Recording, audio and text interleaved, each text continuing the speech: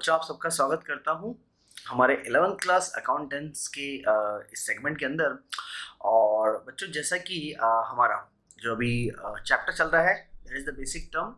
और कल हम लोगों ने एसेट्स को डिफाइन किया था और उसमें मैंने आपको बताया था नॉन करंट एसेट्स एंड आपके करंट एसेट्स। ठीक है स्टूडेंट्स, इसके अलावा वैसे देखिए एक एसेट्स और होता है, पर मैंने हालांकि उसको डिस्कस नहीं किया था क्योंकि उसका रीज़न है वो कहीं ना कहीं क्योंकि एसेट्स होता नहीं है, पर उसको मैं आपको बताता हूँ। अभी मैं इनिशियल बताता हूँ, फिर हम लोग डिटेल में और बेटा उसको पढ़ेंगे आगे। जब वो उसका रोल आएगा तो मैं बिल्कुल आपको बताऊंगा बेटा, जिसको हम लोग बोलते हैं फिक्टिशियस एसेट्स, या हम लोग इसको नॉमिनल एसेट्स भी बोलते हैं।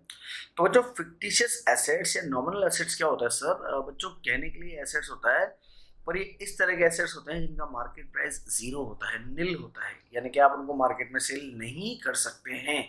अब कहने के लिए तो बेटा क्या होता है कि ये होते हैं आपके फिक्टिशियस। फिक्टिशियस का मतलब क्या होता है बच्चों? फिक्टिशियस का मतलब होता है बेटा डुप्लीकेट, है ना, नकली, जिसको हम लोग बोलते हैं। जैसे होती है ना आर्टिफिशियल ज्वेलरी, ऐसे आपके पास आर्टिफिशियल एसेट्स होते हैं जिनका मार्केट वैल्यू निल होता है। और बेसिकली इनके कुछ एग्जांपल है आपके पास, जैसे discount on issue of shares है, प्रिलिमिनरी एक्सपेंसेस है, ठीक है। और इसके अलावा आपके पास P&L डेबिट बैलेंस है, डेफर्ड रेवेन्यू है। इस तरह की चीजें जो है वो फिक्टिशियस एसेट्स में आती हैं, ठीक है। पर क्योंकि अभी आपका ये बेसिक टेन्योर है, आप लोग अभी तो सिर्फ टर्म्स को सीख ही रहे हैं। एक्चुअली में क्या होता है, इस तरह के एसेट्स को समझने के लिए आज जब मैं आपको बैलेंस शीट का कॉन्सेप्ट बताऊंगा तब मैं आपको बताऊंगा बेटा। तो बैलेंस शीट में है ना, एक एसेट साइड होता है और एक लायबिलिटी साइड होता है। तो बच्चों एसेट साइड के अंदर है ना, एसेट्स भी आते हैं और एक्यूमुलेटेड लॉसेस भी आते हैं, और लायबिलिटी साइड में लायबिलिटीज भी आती हैं और प्रॉफिट्स भी आते हैं, ठीक है। तो हम लोग जो उस कॉन्सेप्ट पे जाएंगे बच्चों, तो ये जो फिक्टिशियस एसेट्स है वो मैं आपको डिटेल में एनालिसिस करके बताऊंगा, ठीक है बच्चों। चलिए, तो हमारी बात हुई है एसेट्स की। अभी सर हम लोग आगे चल रहे हैं और आज हम लोग जो बात करेंगे बच्चों, वो बात करेंगे हम लोग लायबिलिटीज की, ठीक है सर। अब ये लायबिलिटीज क्या होती है?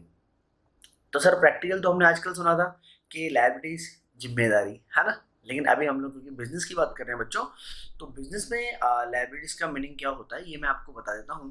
देखिए बिजनेस में लायबिलिटीज का जो मीनिंग है वो है बेसिकली ऑब्लिगेशन टू पे। तो सर ऑब्लिगेशन टू पे यानी कि आपको किसी बंदे को पे करना है ना। तो वो क्या हो जाएगी सर? वो होगी आपकी लायबिलिटी। तो बच्चों जो ऑब्लिगेशन टू पे हमारा होता है वो बिजनेस में दो तरीके का होता है सर। तो जो हमारी लायबिलिटी है वो एक तो होती है बच्चों करंट लायबिलिटीज, और सर एक होती है आपकी नॉन करंट लायबिलिटीज, ठीक है। सर ये करंट लायबिलिटीज क्या होती हैं और ये नॉन करंट लायबिलिटीज क्या होती हैं, ठीक है। तो करंट लायबिलिटीज बच्चों जैसा कि हमने कल पढ़ा था, करंट एसेट्स हम लोगों ने पढ़ा था। तो जब हमने कल करंट एसेट्स पढ़ा था तो वहां देखिए आपको अगर मालूम हो तो मैंने आपको वहां बताया था कि assets which will be converted into cash with in the time period of 1 year. तो बच्चों ऐसे ही आपके पास जो लायबिलिटीज भी है सर, इस तरह की लायबिलिटीज जिनका पेमेंट आपको 1 साल के अंदर अंदर करना होता है sir. So liability which will be paid by the firm or by the proprietor within the time period of 1 year. तो 1 साल के अंदर अंदर आपको जिस लायबिलिटीज का पेमेंट करना होता है सर, उसको हम क्या बोलते हैं? उसको हम लोग बोलते हैं करंट लायबिलिटीज, ठीक है। अच्छा सर एग्जाम्पल, तो बड़ा एग्जाम्पल समझिए आपके पास क्रेडिटर, है ना। क्रेडिटर का मतलब होता है बेटा आपके पास सप्लायर ऑफ गुड्स, यानी कि जहां से आपने गुड्स क्रेडिट में खरीदा है, ठीक है। तो आपके जो सप्लायर ऑफ गुड्स हैं उसको हम लोग बोलते हैं क्रेडिटर। तो क्रेडिटर्स के एग्जांपल में आते हैं बच्चों, एक होता है बच्चों आपका बैंक ओवरड्राफ्ट। सर ये बैंक ओवरड्राफ्ट क्या होता है? बच्चों बैंक ओवरड्राफ्ट का मीनिंग समझिए, basically it is the type of loan. इसके अंदर क्या होता है बच्चों कि आपके पास आपके बैंक अकाउंट में जितना अमाउंट डिपॉजिटेड है उससे ज्यादा का अमाउंट आप विड्रॉल वहां से कर सकते हैं। अच्छा सर क्या सब लोग कर सकते हैं क्या? नहीं बेटा ऐसा नहीं होता है। एक्चुअल में क्या होता है, अच्छा इसमें क्या बड़ा ही मजेदार कॉन्सेप्ट है, मैं आपको बताता हूँ। बुक्स में जो लिखा हुआ है वो डेफिनेशन में मैं आपको बताऊंगा, और बच्चों एट द सेम टाइम मैं आपको इसका प्रैक्टिकली बताऊंगा, क्योंकि हम लोग जो है एज अ सीए हम लोग जो बैंक ऑडिट करते हैं तो हमने भी क्या बहुत सारी चीजें हमारी आर्टिकलशिप में सीखी। तो वहां से आके पता पड़ा अच्छा सर इसको बैंक ऑडिट इसको हम लोग बैंक ऑडिट बोलते हैं। तो अभी बुक में क्या लिखा हुआ है मैं आपको बताता हूँ। बुक में तो लिखा हुआ है it is a part of loan or it is a type of loan when we can withdraw excess amount than deposit. That means मेरे अकाउंट में जितना डिपॉजिट है अगर मैं उससे ज्यादा विड्रॉल कर सकता हूँ, then this facility will be known as overdraft, ठीक है बच्चों। फॉर एग्जाम्पल आपके अकाउंट में डिपॉजिट है 20,000 और आपको किसी को पेमेंट देना था 30,000 का, तो आपने 30,000 का चेक उसको दे दिया। सर 30,000 का चेक आपने उसको दे दिया, बंदा बैंक में गया और बैंक ने उसको पेमेंट कर दिया। अकाउंट में तो 20,000 थे, बैंक ने 30 का पेमेंट कर दिया, तो इसका मतलब बैंक ने आपको 10,000 की ओवरड्राफ्ट फैसिलिटी प्रोवाइड की है। ठीक है, यानी कि आपके ऊपर अभी बैंक का 10,000 का लोन आ गया है। तो अब बुक में तो इसे लिखा हुआ है और इसमें लिखा हुआ है कि this facility will be provided by the bank to the old customer. तो इस तरह के कस्टमर जो बहुत पुराने हैं, है ना, जिनका मार्केट के अंदर गुडविल बहुत अच्छा है ना, रेपुटेड है आपके जो बिजनेस फॉर्म है, उनको इस तरह की फैसिलिटी प्रोवाइड की जाती है। ठीक सर, बड़ी अच्छी बात है। अब ये तो बात हो गई बुक की, यानी कि एग्जाम में हमको आंसर इसका ही देना है। लेकिन अगर आप प्रैक्टिकल सीखना चाहिए, कुछ बच्चे हमेशा से इंटरेस्टेड होते हैं चीज़ों को प्रैक्टिकल सीखने में बच्चों, तो उसका मैं आपको बता देता हूँ कि बैंक ओवरड्राफ्ट बेसिकली मिलता है। मैं आपको बताता हूँ कि प्रैक्टिकली क्या होता है कि आपको ना बैंक में एफडी करना पड़ता है। फिक्स डिपॉजिट आप समझते होंगे शायद, फिक्स डिपॉजिट अगर नहीं समझते तो मैं वो बताता हूँ। फिक्स डिपॉजिट में क्या होता है सर, आप बैंक में अमाउंट डिपॉजिट कराओ और 2 साल या 3 साल 5 साल अलग अलग टेन्योर के लिए, जब तक आपको अच्छा लगे। तो जैसे फॉर एग्जांपल आपने 5 साल की एक एफडी कराई, अब आपने 5 साल की एक एफडी कराई सर, और जो 5 साल की आपकी एफडी है, ठीक है, यानी कि 5 साल बाद आप बैंक में जाएंगे और पैसा अपना ले लेंगे। तो अब ये तो हो गए बैंक एफडी। अब आपको चाहिए बैंक ओवरड्राफ्ट। तो जब आपको बैंक ओवरड्राफ्ट चाहिए होता है और आप बैंक के पास जाते हो, तो बैंक बोलता है कि हाँ सर एक काम करो, आपकी जो एफडी है ना वो हमारे पास आप मॉर्गेज कर दो, यानी कि प्लेज कर दो एक तरह से, उसकी सिक्योरिटी हमको दे दो, उसके बदले में हम आपको बैंक ओवरड्राफ्ट देंगे। अच्छा, तो बड़ा अजीब है। यानी कि जैसे मैंने बैंक में एफडी करा रखी है सर, 50,000 रुपीज़ की एफडी मैंने करा रखी है, और मैं बैंक से क्या, मैंने कहा सर मेरे को लोन की जरूरत है। उन्होंने कहा हाँ सर दे देंगे, वो जो आपकी एफडी है ना उसके पेपर जो है वो हमारे पास आप दे दीजिए एज अ मॉर्गेज, और उसके बदले में हम आपको 50,000 की एफडी तो हमको 30,000 की आपके या 40,000 की आपके अकाउंट में एक लिमिट डाल देते हैं। यानी कि जब भी आप पैसे निकालेंगे, तो अगर आपको जैसे 30,000 की लिमिट मिली हुई है तो आप 30,000 तक ज़्यादा निकाल सकते हैं। तो प्रैक्टिकली तो ये मीनिंग होता है बेटा इसका। ठीक है, बट ठीक है, जो बुक में लिखा हुआ है हमको पढ़ना है। So when we withdrawal the amount more than our deposits, ठीक है, that means we can withdrawal more than amount which is deposited into bank. तो जितना पैसा आपके बैंक अकाउंट में डिपॉजिट है, अगर आप उससे ज़्यादा विड्रॉल कर सकते हैं सर, तो उसको हम लोग क्या बोलते हैं बच्चों, उसको हम लोग बोलते हैं बैंक ओवरड्राफ्ट। ठीक है, चलिए मूविंग नेक्स्ट, बैंक ओवरड्राफ्ट हमारा हो गया सर। अब मैं आपको एक अगला करंट लायबिलिटी का एग्जांपल देता हूँ विच इज आउटस्टैंडिंग एक्सपेंस। ठीक है, और फिर मैं आपको एक और इंटरेस्टिंग चीज़ बताऊंगा, एक सीसी लिमिट भी होता है बच्चों, है ना। तो सर आउटस्टैंडिंग एक्सपेंस क्या होता है, तो बच्चों आउटस्टैंडिंग एक्सपेंस जो होता है, आउटस्टैंडिंग एक्सपेंस यानी कि expenses due but not paid. तो expenses due but not paid will be known as outstanding expense. अच्छा, क्या मतलब है बेटा, एक्सपेंसेस ड्यू यानी कि आपके ऊपर लायबिलिटी है बेटा कि आप एक्सपेंसेस को पे ऑफ करें, ठीक है, बट नॉट पेड, पर अभी तक आपने उसको पे ऑफ नहीं किया है, तो बेटा उसको हम लोग क्या बोलेंगे सर, उसको हम लोग बोलेंगे आउटस्टैंडिंग एक्सपेंस। ठीक है, तो ये होता है आपका आउटस्टैंडिंग एक्सपेंस। जैसे फॉर एग्जांपल आप मान लीजिए कि अभी आप देखो आपका जो लाइट का बिल आता है, कभी आपने देखा लाइट का बिल किस तरीके से डिजाइन होकर आपके पास आता है, बेटा वो आउटस्टैंडिंग एक्सपेंस के कॉन्सेप्ट पे तो है। सर क्या होता है, आप 2 महीने तक लाइट का कंजम्पशन करते हो आराम से। जैसे फॉर एग्जांपल जनवरी की मैं बात करूँ तो सर जनवरी फरवरी का आप कंजम्पशन करेंगे, जनवरी फरवरी का कंजम्पशन होगा, मार्च फर्स्ट वीक में आपके पास बिल आएगा कि सर ये बिल है, ये आपने लाइट कंज्यूम करी है, इतना पेमेंट आप कर दें। तो हमने कहा हाँ सर कर देंगे 15-20 दिन बाद आराम से। तो वो क्या हो गया आपके लिए, वो हुआ outstanding expense, expense due but not paid, है ना, तो उसको हम लोग बोलते हैं आउटस्टैंडिंग एक्सपेंस। ठीक है, अब इसमें आपका आउटस्टैंडिंग सैलरी है ना, या आउटस्टैंडिंग वेजेस है, या आउटस्टैंडिंग रेंट है, तो जो भी एक्सपेंस आपको पे ऑफ करना है उसको हम लोग बोलते हैं बेटा outstanding expense, that is also part of current liability. ठीक है, अच्छा एक देखिए दूसरा इंपॉर्टेंट जो आपका करंट लायबिलिटी में एग्जांपल है, जो बुक में भी नॉर्मल नहीं मिलता है, मैं आपको बताता हूँ बेटा, उसको हम लोग बोलते हैं कैश क्रेडिट लिमिट। सर ये कैश क्रेडिट लिमिट क्या होता है बच्चों, अगर आप बिजनेस फैमिली को बिलोंग करते हैं तो आपके पेरेंट्स को बहुत अच्छे से पता होगा कि सीसी लिमिट बोलते हैं इसको शॉर्ट में। तो भाई सीसी लिमिट का क्या मीनिंग होता है, जिसको हम लोग बोलते हैं जो कैश क्रेडिट लिमिट। अब इसमें क्या होता है देखिए आप समझिएगा, जैसे एज अ बिजनेसमैन मुझे लोन चाहिए, मैं बैंक के पास गया और मैंने बोला बैंक को, मैंने कहा सर मुझे लोन चाहिए। बैंक ने कहा ठीक है सर एक काम करो कि आपकी शॉप में जो स्टॉक होता है ना, वो स्टॉक के बदले में, यानी कि स्टॉक की मॉर्गेज करके, उसको हाइपोथेटिक्स बोलते हैं हम लोग, तो सर स्टॉक की मॉर्गेज के बदले में हम आपको लोन दे देंगे। या आपके लिए मैं एग्जांपल और सिंपल कर देता हूँ। बैंक ने कहा कि आपकी दुकान है सर, जो शोरूम आपका है उसके पेपर्स ले आओ हमारे पास, है ना, और वो हमारे पास पेपर्स रख जाओ, बदले में हम आपको सीसी लिमिट देंगे। अब सर सीसी लिमिट क्या होती है समझिएगा। आपकी जो शॉप है उसकी वैल्यू मान लेते हैं हम लोग, मार्केट प्राइस उसका 1 करोड़ रुपए है सर। अब 1 करोड़ रुपए की शॉप है, आपने बैंकों का लो सर ये हमारी दुकान के पेपर। बैंक ने कहा ठीक है, बैंक उसका वैल्यूएशन करा लेगा। अब फॉर एग्जांपल बैंक ने कहा सर हम आपको 60 लाख की कैश क्रेडिट लिमिट देते हैं। अब इसका क्या मतलब होता है बेटा, इसका ये मतलब होता है कि सर आपके अकाउंट में आपने डिपॉजिट कुछ नहीं कराया, बैंक ने आपको 60 लाख रुपए का लोन दिया है, लेकिन आपको जो 60 लाख है, जो 60 लाख है, उस पर इंटरेस्ट पे ऑफ नहीं करना है। तो करना किस पे है आप समझिए। आपके अकाउंट में ना 60 लाख की लिमिट आ चुकी है, आपको 5 लाख की जरूरत है, आप 5 लाख विड्रॉल कर लो, तो 5 लाख पे इंटरेस्ट लगेगा। कुछ दिनों बाद आपके पास 2 लाख रुपए आ गए, तो आपने बैंक में वापस 2 लाख रुपए डिपॉजिट करा दिए, तो विड्रॉल किए थे पहले 5 लाख, 5 लाख पे इंटरेस्ट लग रहा था, आपने 2 लाख बेटा वापस डिपॉजिट करा दिए, तो आपका लोन कितने का रह गया 3 लाख का। यानी कि अब जो इंटरेस्ट लगेगा वो 3 लाख रुपीज पे लगेगा। ठीक है, फिर आपको जरूरत पड़ी फॉर एग्जांपल क्या 6 लाख की अर्जेंट जरूरत है, आपने 6 लाख निकाल लिया, तो 3 लाख का लोन चल रहा था, अभी 6 लाख और निकाल लिए, तो लोन कितना हो गया 9 लाख का। यानी कि अब जो इंटरेस्ट लगेगा वो 9 लाख पे लगेगा। ठीक है, और ये बड़ा मजेदार प्रैक्टिकल चीजें बेटा ध्यान रखें, इसमें आपका जो इंटरेस्ट लगता है ना बैंक में, वो नंबर ऑफ डेज के हिसाब से लगता है, जितने दिन आप पैसा यूज करोगे है ना, उतने दिन का इंटरेस्ट आपका लगेगा। ठीक है, तो बड़ा ही इंटरेस्टिंग कॉन्सेप्ट है। और जब आप आगे बड़े हो जाएंगे है ना, बड़े बच्चे बन जाएंगे और आप सीए करेंगे है ना, या सीएमए या सीएस या एमबीए फाइनेंस, जो भी आप अच्छी प्रोफेशनल कोर्स करेंगे, तो पर आपको क्या है कि एक आर्टिकलशिप वर्ड होता है सर। अभी आर्टिकलशिप जो होती है ना, वो सिर्फ सीए को और सीएमए को, थोड़ा बहुत सीएस भी बन सकते हैं वैसे, तो उनको सीखने को मिलता है, बट मेन जो डोमिनेंसी रहती है सर बैंक ऑडिट के अंदर, वो चार्टर्ड अकाउंटेंट्स की रहती है।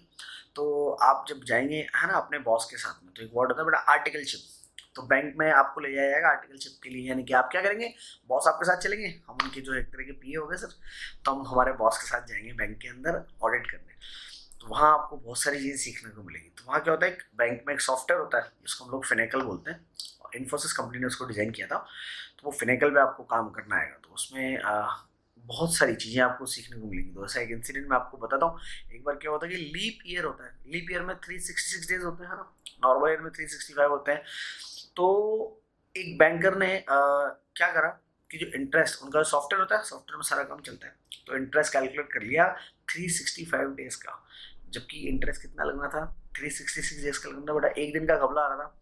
तो एक दिन का घपला जो है वो एक चार्टर्स थे, उन्होंने उसको डिटेक्ट किया, और वो एक दिन का इंटरेस्ट जो बैंक ने नहीं लगाया था, वो लगभग आप मान के चलिए उस पर्टिकुलर एक ब्रांच की मैं बात कर रहा हूँ, तो साल का है जो लगभग आपका 3.5 करोड़ रुपए का इंटरेस्ट की इनकम का फर्क आ गया बैंक का।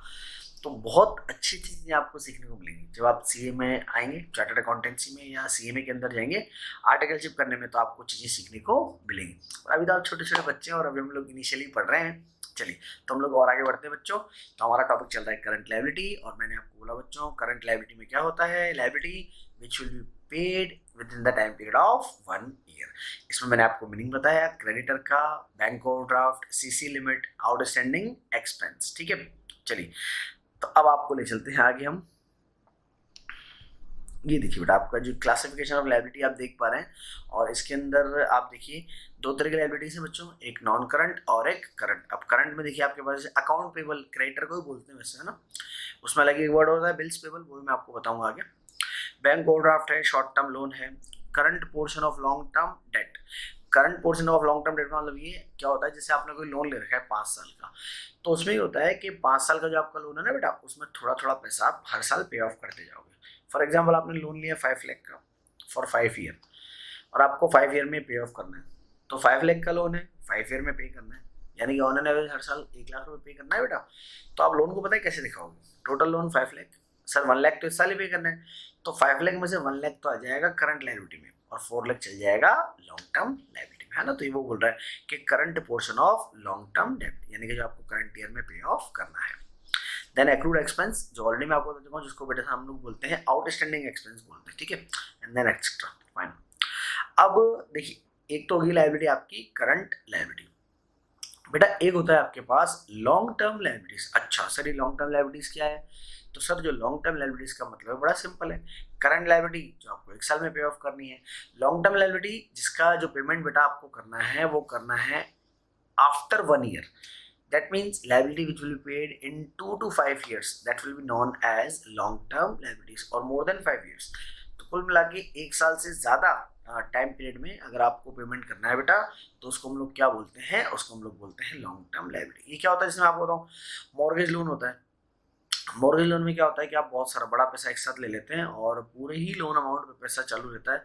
जैसे मान के चलो आपकी फैक्ट्री बिल्डिंग है, उसमें आपने 1 करोड़ का लोन उठा लिया तो पूरा 1 करोड़ आपके अकाउंट में आ जाएगा. अब 10 साल का लोन है, अब हर साल धीरे धीरे उसका पेमेंट आपको करते ही जाएंगे, है ना. या बैंक लोन जो दूसरे तरह के भी होते हैं, टर्म्स लोन होते हैं, या एक डिवेंचर्स आपके पास होते हैं. तो बड़ा इंटरेस्टिंग है डिवेंचर, मैं अभी आपको बताता हूँ. अभी चलिए हम एग्जांपल देख लेते हैं बेटा इसके अंदर. तो बैंक लोन लिखा हुआ है, मॉर्गेज है, लोन फ्रॉम फाइनेंसिंग एजेंसीज. बहुत सारी एजेंसी होती है जो आपको लोन, IDBI है, IFCI, बड़े बड़े इंडस्ट्रीज को लोन देती है. और भी फाइनेंशियल इंस्टीट्यूशन ऐसे हैं, NBFC होते हैं बेटा, नॉन बैंकिंग फाइनेंशियल कॉर्पोरेशन, जो आपको लोन प्रोवाइड करते हैं. और देन उसके बाद है अदर लॉन्ग टर्म लोन. चलिए अब इसमें एक वर्ड जो मैं आपको बताना चाहूँगा वो होता है बेटा डिवेंचर्स. अब ये डिवेंचर्स क्या होता है सर, मैं आपको बताता हूँ. और डिवेंचर्स जो है, हालांकि आप लोग जो बिजनेस स्टडीज पढ़ेंगे तो वहाँ भी आपको पढ़ाया जाएगा. डिवेंचर्स में क्या होता है बेटा कि जो बड़ी बड़ी कंपनीज होती हैं, है ना, उनको पैसे की जरूरत होती है तो वो लोन बैंक से नहीं लेते हैं, वो लोन आपसे और हम लोगों से लेते हैं, है ना. अब बड़ा ही सोचने का मैटर है सर. जैसे रिलायंस ने अगर डिवेंचर इशू करा, इसका मतलब सर रिलायंस को पैसा पता है कौन दे रहा है, आप और हम दे रहे हैं सर. अच्छा, कैसे देते हैं सर? इसमें क्या होता है बच्चों कि डिवेंचर की क्या होती है, डिवेंचर की छोटी छोटी यूनिट्स होती है. जैसे उन्होंने डिवेंचर की 1 यूनिट की वैल्यू रखी है 100 रुपये. अब रिलायंस वाले जो है वो आपसे पैसे मांगने आएगा, सर मेरे को पैसे दे दो काम करने के लिए. हमने कहा हाँ सर बिल्कुल देंगे. हमने कहा सर और हमारे पास तो 1,000 रुपये ही देने के लिए. उन्होंने कहा कोई बात नहीं सर, मेरे 100 रुपये का डिवेंचर है. हमने कहा ठीक है, ये 1000 रुपीज़ लीजिए और हमको डिवेंचर दे दीजिए. उसने कहा सर 100 रुपये का एक है, मैं आपको 10 डिवेंचर्स देता हूँ. तो डिवेंचर पेपर आपको देके जाएगा. तो डिवेंचर पेपर क्या हो गया बेटा, आपके लिए लोन हो गया. और उस पर जो रिलायंस है वो हर साल क्या करता रहेगा, आपको इंटरेस्ट पे ऑफ करता रहेगा. So please remember, debenture is a loan paper, है ना. और बड़ी बड़ी कंपनीज जो है बेटा इससे लोन लेती है, ठीक है. तो ये भी एक तरह का क्या है, लोन इंस्ट्रूमेंट है. फाइन. तो डिवेंचर्स हम लोगों ने बात करी. तो ये तो बात होगी बच्चों, देखो हमारी लायबिलिटीज. अच्छा अभी हम लोग चलें तो कल ये आपका लायबिलिटीज पे मैंने आपका छोड़ा था, तो अब मैं इसको रीड कर देता हूँ. आप लोग भी एक बार साथ में रीड कर लीजिएगा, है ना. देखिए रीड बेटा मैं इसलिए कर रहा हूँ ताकि साथ ही साथ आप रीड कर सके. जैसा कि मैंने आपको बोला था कि मेरे को पता है आप कॉमर्स के स्टूडेंट हैं, और कॉमर्स के स्टूडेंट को जो है अगर होमवर्क दे दिया जाए तो थोड़ा सा टाइम लगाता है. तो मैंने कहा चलो ये टाइम भी आपका बचा लेंगे, आप क्लास में पढ़ लो, वही आपके लिए सफिशिएंट है, ठीक है. चलिए तो लायबिलिटीज में है, these are the obligation or debt that an enterprise has to pay at some time in future. It means the amount payable by the business to the outsider, ठीक है, and to the owners. Liability towards the outsiders are called external or outside liabilities. बिल्कुल बच्चों, जो पैसा आपको बाहर वालों को देना होता है उसको हम लोग बोलते हैं एक्सटर्नल लायबिलिटीज, ठीक है. और जो इंटरनल पार्टीज को देना होता है, अब इंटरनल पार्टी बताए क्या होता है, आप जो पैसा लगाते हो ना बेटा बिजनेस में, वो भी एक तरह की बिजनेस के लिए क्या होती है, लायबिलिटीज होती है ना. हम लोग जब अकाउंटिंग कॉन्सेप्ट पढ़ेंगे वहाँ एक कॉन्सेप्ट आता है सेपरेट एंटिटी कॉन्सेप्ट, है ना. तो वहाँ मैं आपको बताऊंगा उसके बारे में. क्योंकि देखो क्या होता है कि बुक्स में तो क्या है सारी चीजें एक साथ लिखी है, बट हम लोग को पता है कि सर कौन सी चीज का मीनिंग आपको कौन से स्टेज पे जाके बताना है, ताकि आपको बहुत अच्छे से वो चीज समझ में आ सके, है ना. तो आप चिंता मत करो, जो वर्ड मैं आपके लिए कहीं स्किप कर देता हूँ क्योंकि उसका रीजन होता है सर कि अगर आप उसको किसी दूसरी चीज के साथ जाके समझोगे तो आपको उसमें बेटर अंडरस्टैंडिंग आएगी, ठीक है. बाकी सिलेबस हम पूरा करेंगे, बल्कि मोर देन दैट जो आपकी बुक्स में है उससे ज्यादा ही बच्चों कवर कर लेंगे हम लोग, ठीक है. चलिए, so liability towards owner are called internal liability, है ना.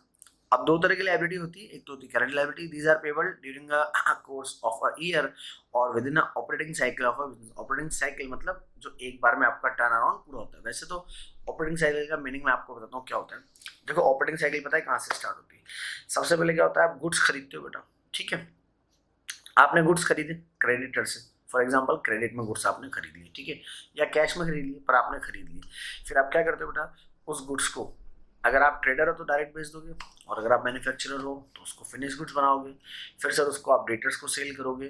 फिर डेटर्स को सेल करने के बाद आप क्या करोगे, डेटर्स से सर्टेन टाइम पीरियड बाद पैसे ले लोगे, फिर उस पैसे में से क्या करोगे, कुछ तो प्रॉफिट होगा तो आप रख लेंगे, और जो पैसा आपको क्रेडिटर को देना था पेमेंट करने के लिए, वो पैसा आप अपने क्रेडिटर को दे देंगे। तो होता है पूरा का पूरा ऑपरेटिंग साइकिल। तो क्रेडिटर से गुड्स खरीदा, फिर गुड्स बनाया, फिर डेटर को सेल किया, है ना, फिर डेटर से कैश कलेक्ट किया, और उस कैश में से जितना पैसा क्रेडिटर को देना था वो क्रेडिटर को दे दिया, है ना, या आउटसाइड लायबिलिटीज को देना था उनको दे दिया, बाकी बचा पैसा आपके पास हो गया। तो ये सर्कुलेशन क्या होता है बेटा, चलता रहता है, इसको हम बोलते हैं operating cycle. Now non current liability, now these are the payable after 1 year or beyond the operating cycle of a business. Now generally the term liability refer to the external liability, है ना, तो खुद ही बोल रहा है कि liability का जो बेसिक मीनिंग होता है बेटा वो external liability ही होता है, ठीक है। चलिए हम बढ़ते हैं आगे। इसके बाद देखिए आगे हमने गुड्स पढ़ लिया, सेल्स पढ़ लिया, सेल्स रिटर्न पढ़ लिया, परचेज रिटर्न, इन्वेंट्री हो गया। चलिए अब हम बात करते हैं बच्चे एक्सपेंस की। देखो बच्चों एक्सपेंस क्या होता है, देखिए एक्सपेंस का सर बड़ा सिंपल सा मीनिंग होता है। एक्सपेंस का मतलब ये होता है कि बिजनेस को ऑपरेट करने के लिए, बिजनेस की एक्टिविटी को रन करने के लिए whatever the payment has to be made, है ना, एट द सेम टाइम और इन द फ्यूचर, तो जो भी खर्चा आपको करना पड़ता है ना बेटा बिजनेस चलाने के लिए, उसको हम बोलते हैं एक्सपेंस। फॉर एग्जाम्पल जैसे बच्चों आपने कोई बहुत बड़ा शोरूम खोल रखा है सर, है ना, उसके अंदर आपने सेल्समैन अपॉइंट कर रखे हैं, तो बच्चों सेल्समैन को हर महीने सैलरी देनी पड़ेगी, ठीक है। आपका जो शोरूम है सर अगर वो रेंट पर है तो आपको हर महीने अपने लैंडलॉर्ड को रेंट देना पड़ेगा, तो वो भी आपके लिए आपका एक्सपेंस है। या आपका लाइट का बिल है, हर 1 महीने या 2 महीने में आता है, ठीक है। तो इस तरह के जो नॉर्मल एक्सपेंस होता है ना, जो आप बिजनेस की डे टू डे एक्टिविटी के अंदर करते हैं, that will be known as expense. चलिए हम डेफिनेशन पढ़ते हैं बच्चों इसकी। So the cost incurred by a business in the process of selling goods or services are known as expense. It may be in the form of cash payment. देखिए example में लिखा हुआ बेटा, आपका सैलरी है, वेजेस है, rent है, ठीक है। चलिए तो मार्कर का यूज करना चालू करते हैं आज हम लोग। कलर कलर कलर कौन सा लें, चलो आज हम हरियाली करते हैं थोड़ी सी, है ना, हरा हरा कलर लेते हैं। चलो जी, तो ये हरा कलर मैंने ले लिया है। नाउ तो एक्सपेंस की अगर मैं बात करूं, देखिए तो बच्चों एक्सपेंस कैसे चलता है।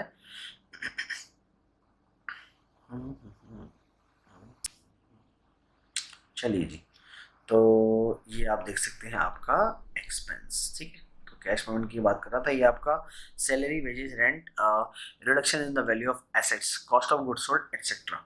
चलिए तो कुल मिला के बेसिक मीनिंग मैंने आपको बता दिया कि बिजनेस में जो आपके डे टू डे नॉर्मल कहीं ना कहीं आपके आउटफ्लोज होते हैं, जो पे ऑफ आपको करने पड़ते हैं, उनको हम बोलते हैं बेटा एक्सपेंस, ठीक है। चलिए अब आप एक चीज समझिएगा, एक वर्ड होता है डेप्रिसिएशन, वो मैं आपको समझाता हूँ। देखो बच्चों डेप्रिसिएशन क्या होता है सर, डेप्रिसिएशन का मतलब ये होता है that reduction in the value of assets, what I say, reduction in the value of assets, and when I'm talking about assets I'm talking about fixed assets, okay, not for the current assets. So whenever there is a decrease in the value of fixed assets because of their continued utilization, their wear and tear, obsolescence, change in the technology, and change in the market demand और any other reason, तो बेटा इन किसी भी reason की वजह से अगर assets की वैल्यू कम हो जाती है तो हम उसको क्या बोलते हैं बच्चों, उसको हम बोलते हैं डेप्रिसिएशन। अच्छा सर जैसे ये मोबाइल फ़ोन है सर, है ना, जब आप ये लेते हैं, जैसे मैंने लिया तो उस टाइम पे 15,000 रुपये का था, ठीक है। फिर उसके बाद आज अगर मैं इसकी वैल्यू की बात करूँ, जैसे को लिए हुए 6 महीने हो गए सर, तो क्या आज आप 15,000 में लेंगे मुझसे? आप लोग नहीं सर, हम तो इसके 8,000 रुपये देंगे खाली। अरे भाई 6 महीने पहले मैंने 15,000 का लिया था और आप 8,000 रुपये लगा रहे हो, 7,000 रुपये आपने उड़ा दिए। हाँ सर, आप क्या बोलोगे, सर आपने यूज़ भी तो किया ना इतना टाइम, उसका पैसा कौन देगा? मैंने कहा हाँ ये बात भी सही है। तो फिर क्या होता है कि जब आपकी एसेट्स होता है ना, जब आप सेकेंड हैंड कार लेते हैं सस्ती मिलती है, सेकेंड हैंड मोबाइल लेंगे सस्ता मिलेगा, क्यों? क्योंकि सामने वाले ने उसका यूज़ कर लिया है ना। तो बेटा एसेट्स को नॉर्मली जब आप उसको कंटिन्यू यूटिलाइज करते हैं ना, या वेयर एंड टेयर या चेंज इन टेक्नोलॉजी भी होता है बेटा, टेक्नोलॉजी चेंज होने की वजह से क्या होता है, रेट कम। जैसे फॉर एग्जाम्पल हमने जब एलईडी लिया फॉर एग्जाम्पल, तब ये 30,000 रुपीज़ का था, आज और हो सकता है एडवांस टेक्नोलॉजी आ गई हो और इससे बेटर मॉडल आपको 20,000 में मिल जाए, तो क्या मुझे कोई इस एलईडी की 30,000 देगा? सर नहीं देगा, है ना, क्योंकि वैल्यू कम होगी। So what is the meaning of depreciation बेटा? So depreciation sir, depreciation means decrease in the value of assets because of continued utilization, wear and tear, obsolescence, change in the technology or change in the market demand, ठीक है। These term will be known as depreciation, ठीक है। चलिए अब depression के साथ मैं आज आपको एक वर्ड और बताता हूँ, नया वर्ड है, अच्छा वर्ड है, जिसको बेटा हम लोग बोलते हैं बैड डेट। अच्छा सर ये बैड डेट क्या होता है? तो बच्चों बैड डेट जो होता है ये होता है आपके पास कि जब कोई कस्टमर आपको पैसे देने से मना कर देता है, बोले सर मेरे पास तो पैसे नहीं है, तो उसको हम लोग क्या बोलते हैं बेटा? उसको हम लोग बोलते हैं बैड डेट। ठीक है, बैड डेट, BADDEBT, इसको बोलते हैं बेटा bad debt. So bad debt का मतलब क्या होता है बच्चों? बैड डेट का मतलब होता है when any customer fail to pay the amount to you, then that loss will be known as bad debt. ठीक है बच्चों, तो आपने किसी कस्टमर को गुड सेल किया था 1 लाख रुपीज का, ठीक है, अब आप उससे पैसे लेने गए, उसने कहा भैया नहीं है मेरे पास पैसे ऐसे, है ना, आप कर लो जो आपको, मार लो भैया और क्या करोगे? तो मार लो भाई, मार कैसे लो यार, हमको तो पैसे चाहिए थे 1 लाख रुपए का, भैया नहीं है मेरे पास, तो आप तो कोर्ट में केस कर दो। ठीक है साहब, तो इस टर्म को हम लोग क्या बोलते हैं? बैड डेट बोलते हैं। ठीक है, so when any credit customer fail to pay the amount on the due date, then that event और that loss will be known as bad debt. ठीक है बच्चों, तो इसको हम लोग क्या बोलते हैं सर? इसको हम लोग बोलते हैं बैड डेट। चलिए जी, मूविंग फर्दर, आगे चले हम लोग। तो मेरे ख्याल से आज के लिए तो वैसे आपका हो गया, बाकी फिर हम लोग नेक्स्ट देखें, हाँ आज इतना ही आप पढ़ लें, क्योंकि क्या होता है अकाउंटेंसी में आप लोग नए नए हैं। वैसे एक चीज़ मैं आपसे कहना चाहूँगा कि होता क्या है बच्चों, अकाउंटेंसी में हम जब प्रैक्टिकल पार्ट स्टार्ट करेंगे तो वो बड़ा इंटरेस्टिंग पार्ट होता है ना। थ्योरी में क्या थोड़ा थोड़ा से नींद आने लगती है बच्चों को, तो मैं आपको ज़्यादा थ्योरी पढ़ा के बोर नहीं करूँगा। ठीक है, आज हमारा ऑलमोस्ट वैसे थ्योरी का काफ़ी सारा पार्ट हो चुका है, क्योंकि अराउंड 25 टर्म के आसपास हैं, तो मैंने काफ़ी सारे तो आपको एक्सप्लेन कर दिए हैं, और कुछ एक टर्म बाकी होंगे बस आपके। ठीक है, 24 तक है, इसमें क्रेडिट वगैरह तो मैंने आपको बता ही दिया है, तो बाकी टाइम भी मैं जल्दी से जल्दी बता के और इसको ख़त्म करता हूँ। और नेक्स्ट क्लास में, है ना, अभी हम काम करते हैं, हमने इतने अकाउंटिंग टर्म तो पढ़ ही लिए कि अब जब मैं आपको आगे ले जाऊँगा तो आपको बातें समझ में आने लगेंगी, है ना, तो फिर ये टर्म्स हम लोग और भी पढ़ेंगे आगे। चलिए बच्चों, तो आज के लिए इतना ही। प्लीज़ घर पे जाके इसको दोबारा आप लोग रिवाइज करें और साथ साथ पढ़ते रहें सर, ज़्यादा आराम नहीं करें वरना पढ़ने की हैबिट छूट जाएगी। ठीक है, so thank you so much and take care of your health. Signing off, this is Sandeep Dayal, bye bye.